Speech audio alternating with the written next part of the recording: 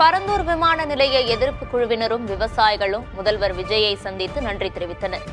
சென்னை தலைமைச் செயலகத்தில் நடைபெற்ற இந்த சந்திப்பின் போது அமைச்சர்கள் ஆனந்த், ஆதவ் அர்ஜுனா உள்ளிட்டவர்களும் உடன் இருந்தனர். அதனைத் தொடர்ந்து செய்தியாளர்களிடம் பேசிய பரந்தூர் விமான நிலைய எதிர்ப்பு குழு தலைவர் சுப்பிரமணியன், முதல்வர் விஜயின் அறிவிப்பு விவசாயிகள் நலன் மட்டும் இல்லாமல் நிலத்தையும் பாதுகாத்திருப்பதாக கூறினார்.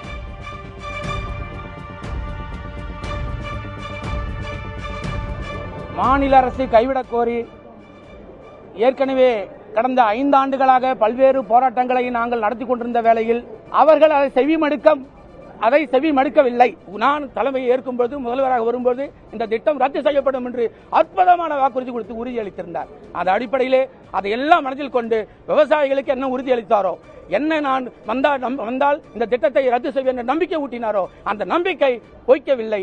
எங்கள் விவசாய பெருங்குடி மக்களையும் பண்பாடையும் கலாச்சாரத்தையும் எங்கள் பகுதியையும் காத்து கொடுத்த காவல் தெய்வம். கனிம வளம் தொடர்பாக சட்டமன்றத்தில் நடந்த விவாதத்தின் போது தவேக மற்றும் திமுக உறுப்பினர்களுக்கு இடையே வாக்குவாதம் ஏற்பட்டதால் சலசலப்பு ஏற்பட்டது.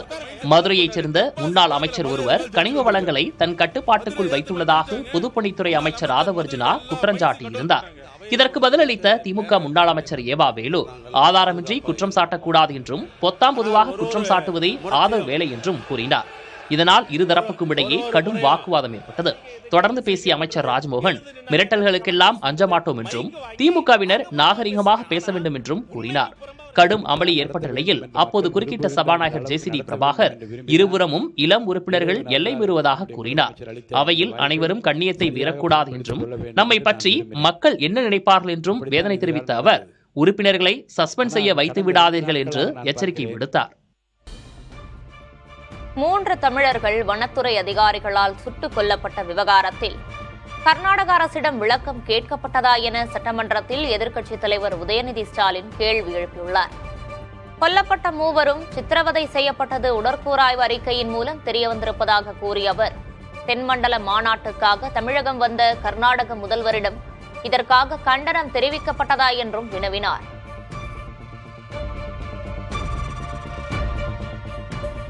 சுட்டுக் கொல்லப்பட்ட அந்த 3 தமிழர்களுடைய போஸ்ட்மார்ட்டம் ரிப்போர்ட் இன்னைக்கு வெளிவந்திருக்கு.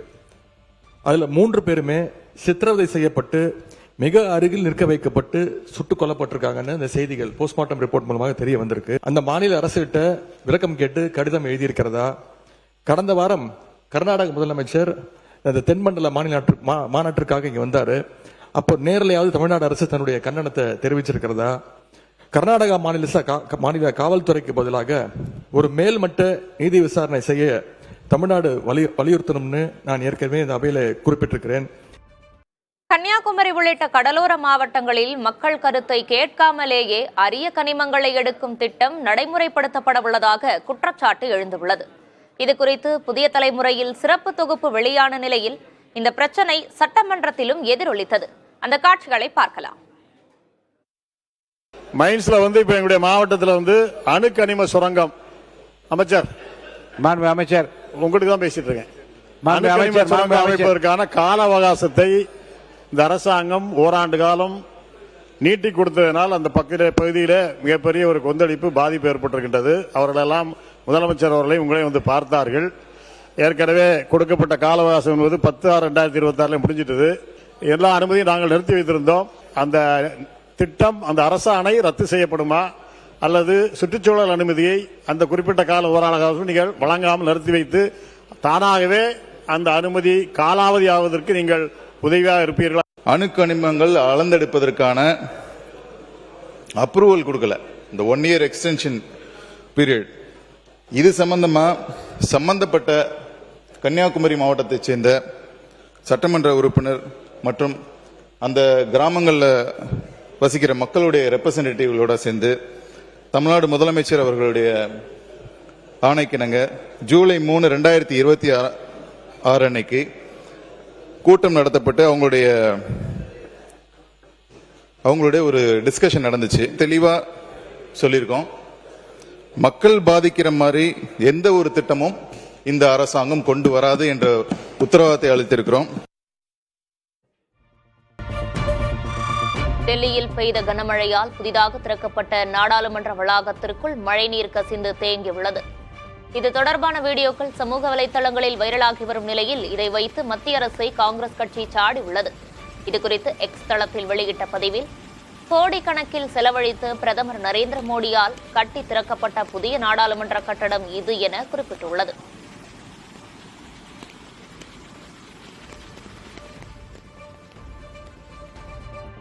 நாடு முழுவதும் தனது ஆதரவாளர்கள் மற்றும் தன்னார்வலர்களுக்கு இலவச சட்ட உதவி அளிக்கும் புதிய இணையதளத்தை கரப்பான் ஜனதா கட்சி தொடங்கியுள்ளது. நீட் போராட்டங்களை அடுத்து ஆதரவாளர்கள் எதிர்கொள்ளும் சட்ட சிக்கல்களை சமாளிக்க உருவாக்கப்பட்டுள்ள இந்த தளம் மூலம் பயனர்கள் தங்கள் பிரச்சினைகளை பதிவு செய்து இலவச சட்ட உதவியை பெறலாம் என தெரிவிக்கப்பட்டுள்ளது. கைது போன்ற அவசர காலங்களில் உடனடியாக உதவ எமர்ஜென்சி வசதியும் இடம்பெற்றுள்ளது. பயனர்களின் தனி உரிமையும் பாதுகாப்பாக பேணப்படும் என அறிவிக்கப்பட்டுள்ளது.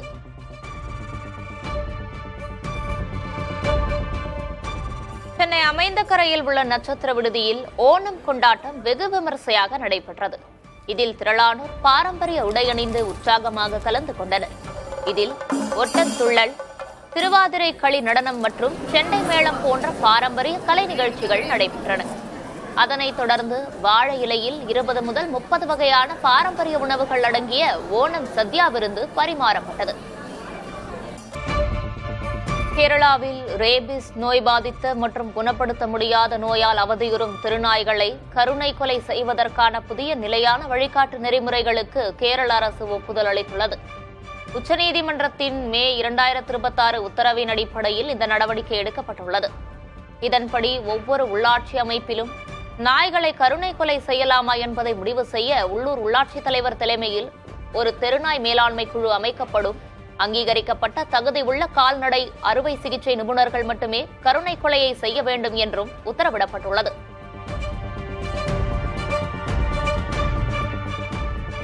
சீனாவின் பெய்ஜிங் நகரில் நடைபெற்று வரும் 2026 உலக மனித உருவ ரோபோ போட்டிகளில் பளு தூக்குதல் பிரிவு முதன்முறையாக அறிமுகப்படுத்தப்பட்டிருக்கிறது.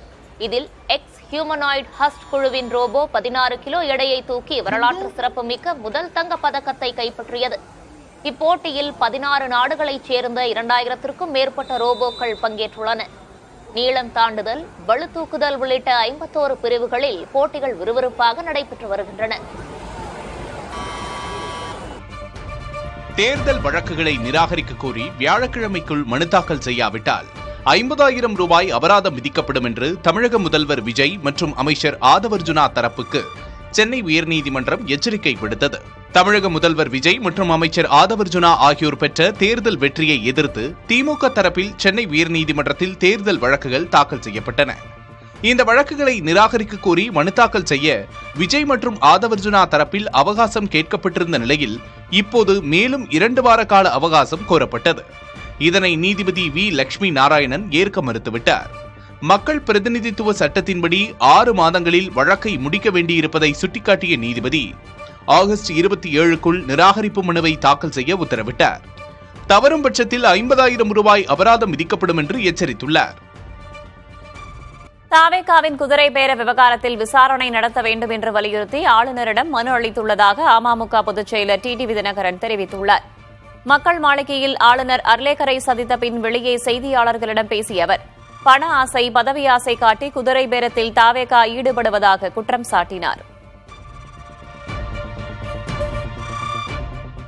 தமிழ்நாட்டில் நடக்கிற இந்த குதிரை பேர அரசியலை முடிவு கொண்டு வர வேண்டும். அதில் ஈடுபடுகின்ற ஆளுங்கட்சியையும் பணத்துக்காகவும் பதவிக்காகவும் தங்கள் கட்சிக்கும் மக்கள் தீர்ப்புக்கும் எதிராக செயல்படுபவர்களை தக்க பாடம் புகட்ட வேண்டும் என்பதற்கான முயற்சியில் அடுத்த கட்டமாக கவர்னரை சந்திக்கிறாங்க. 10 எம்எல்ஏக்கள் எங்கள் கட்சியில் சேர வர்றாங்க, அதிமுக சொல்றாங்க. இதுக்கெல்லாம் என்ன அடிப்படையில் இது நடக்குது, இது குதிரை பிறந்தானா, அது சம்பந்தமா விசாரிக்கணும்னா அடுத்த கட்டமா ஆளுநர்கிட்ட தானே முதல்ல முறையிட்டோம். அதனால முறையிட்டு இருக்கேன். அவர் அதில் உரிய நடவடிக்கை எடுக்கிறேன்னு சொல்லியிருக்காங்க. தமிழகத்திற்கு வினாடிக்கு 9,000 கன அடி நீர் என்ற அடிப்படையில் அடுத்த 15 நாட்களுக்கு தண்ணீர் திறக்க கர்நாடக அரசுக்கு காவிரி நீர் மேலாண்மை ஆணையம் உத்தரவிட்டுள்ளது. தமிழகத்திற்கு காவிரி நீரை திறந்து விடுவது தொடர்பான காவிரி நீர் ஒழுங்காற்று குழுவின் பரிந்துரையை காவிரி நீர் மேலாண்மை ஆணையம் உறுதி செய்துள்ளது. டெல்லியில் நடைபெற்ற கூட்டத்தில் இந்த முடிவு எடுக்கப்பட்டிருக்கும் நிலையில் கூடுதல் நீர் திறக்க வேண்டும் என்ற தமிழ்நாடு அரசின் கோரிக்கையை ஆணையம் நிராகரித்துள்ளது. உத்தரப்பிரதேசத்தின் வாரணாசியில் உள்ள சுந்தர்லால் அரசு மருத்துவமனை வளாகத்தில் மழைநீர் புகுந்ததால் நோயாளிகள் அவதிக்குள்ளாயினர். இதனால் முழங்கால் அளவு நீரில் நோயாளிகளை ஸ்ட்ரெச்சரில் தள்ளிச் செல்ல வேண்டிய நிலை ஏற்பட்டது. அதேபோல ஹரியானாவின் குருகிராமில் தொடர் கனமழை காரணமாக முக்கிய சாலைகள் மற்றும் தரைப்பாலங்கள் வெள்ளத்தில் மூழ்கியதால் போக்குவரத்து பாதிக்கப்பட்டது. நிலைமையை கருத்தில் கொண்டு பல நிறுவனங்கள் ஊழியர்களை வீட்டிலிருந்தே வேலை செய்ய அறிவுறுத்தியுள்ளன. சோமாலியா தலைநகர் மொகதிஷுவில் நபிகள் நாயகத்தின் பிறந்த நாளான மிலாது நபி விழா விமரிசையாக கொண்டாடப்பட்டது. ஆயிரக்கணக்கான இஸ்லாமியர்கள் ஒன்று திரண்டு பேரணிகள் மற்றும் சிறப்பு பிரார்த்தனைகளில் ஈடுபட்டனர். பாதுகாப்பு நிலைமை மேம்பட்டிருப்பதால் இம்முறை அதிக அளவில் மக்கள் பங்கேற்றனர். விழாவை முன்னிட்டு ஏழைகள் மற்றும் இடம்பெயர்ந்த குடும்பங்களுக்கு உணவு வழங்கும் விதமாக 1500க்கும் மேற்பட்ட ஒட்டகங்கள் தானமாக வழங்கப்பட்டு இறைச்சி விநியோகம் செய்யப்பட்டது.